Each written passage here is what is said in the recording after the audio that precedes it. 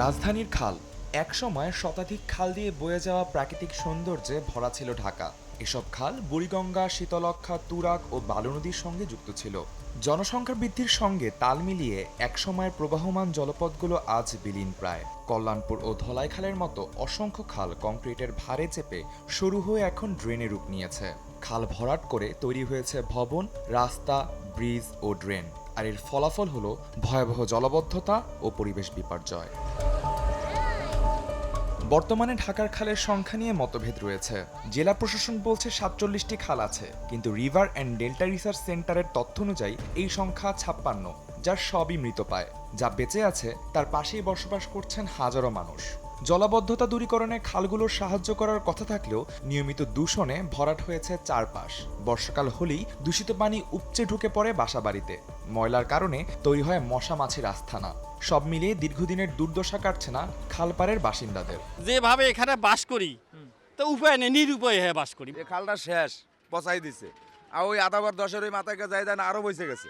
একটা বর্ষা হইলেই পানি সব বাড়ির মধ্যে ঢুকে যায়। রাস্তা ভরা যায়, বাড়ি ভরা যায়, এই হাক্কা ডুববা যায়, আমাদের আসতে অনেক সমস্যা হয়। এটা যে টেন্ডারবাজি, চাঁদাবাজি করছে কিছু, এই যে আমগো এলাকার আছে এই কমিশনাররা, হেরা যদি একটু খেয়াল রাখতো তাহলে এই ময়লা আবর্জনা এনে জমতো না। ২০২০ সালে ওয়াসার কাছ থেকে খাল রক্ষণাবেক্ষণের দায়িত্ব নেন সিটি কর্পোরেশন। তৎকালীন দুই সিটির মেয়রও নিয়েছিলেন মহাপরিকল্পনা। নিয়মিত আয়োজন করা হতো খাল পরিষ্কার কর্মসূচির। তবে নগর পরিকল্পনাবিদদের মতে প্রচুর অর্থ ব্যয় হলেও কার্যকর ব্যবস্থা না নেওয়ায় খালগুলো ফিরে পায়নি প্রাণ। খালগুলো ছিল কিন্তু আমাদের শহরের প্রাণ, এবং এগুলো ছিল আমাদের পাবলিক প্রপার্টি, এজমালি সম্পত্তি। এখন এজমালি সম্পত্তিকে রক্ষণাবেক্ষণের দায়িত্ব পুরোটাই ছিল রাষ্ট্রের। সরকারি প্রতিষ্ঠান সিটি কর্পোরেশন খালের উপর দিয়ে রাস্তাও করেছে।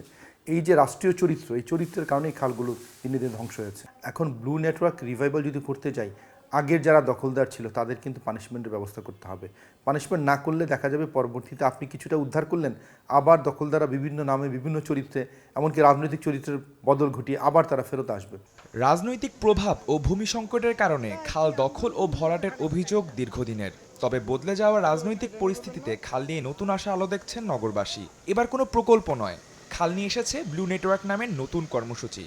গত ২রা ফেব্রুয়ারি মিরপুরের বাউনিয়া খাল সংস্কারের মধ্যে দিয়ে এই কর্মসূচির সূচনা হয়। ঢাকার ১৯টি খাল একসঙ্গে যুক্ত হয়ে নগরীর জলাবদ্ধতা ও পরিবেশের উন্নয়নে গুরুত্বপূর্ণ ভূমিকা রাখবে বলে আশাবাদী বর্তমান অন্তর্বর্তীকালীন সরকার। পুরো ঢাকা শহরটাই সুয়ারেজ লাইন, সুতরাং ডেফিনেটলি এটাকে আপনার ট্রান্সফার করতে হবে। You have no option. Blue নেটওয়ার্কের মাধ্যমে আপাতত ওয়াটার লগিং দূর হবে। খালের পাড়ের অনেক জায়গা আছে, এটা যেন দখল থাকে, মুক্ত থাকে, সেই জন্য খাল পাড়ের লোকজনদেরকে দিয়ে আমরা এখানে এগ্রিকালচার করাবো। তাহলে এক ধরনের নেইবারহুড তৈরি হবে, পরিবেশের একটা রেস্টোরেশন হবে, অ্যাগ্রো ইকোলজিক্যাল রেস্টোরেশন হবে। এইটা আমরা করাবো। ১২১ কিলোমিটার এটা উদ্ধার হবে এবার এই বছর। এখন আমরা তো বেশি দিন থাকবো না, আমরা কাজগুলো শুরু করে দিয়ে যাব। ধরেন যদি একটা খালের পাড়ে আমি গাছও লাগাই, সেই গাছ বড় হয়ে সেই সবুজ দেখতে তো আপনাদের সময় লেগে যাবে, কিন্তু আমরা পরিকল্পনাটা এমনভাবে করব আর কাজটা এমনভাবে শুরু করে দেব যাতে পরবর্তী যে সরকার আসে সে সরকার এই কাজটা নিয়ে এগিয়ে যেতে পারে।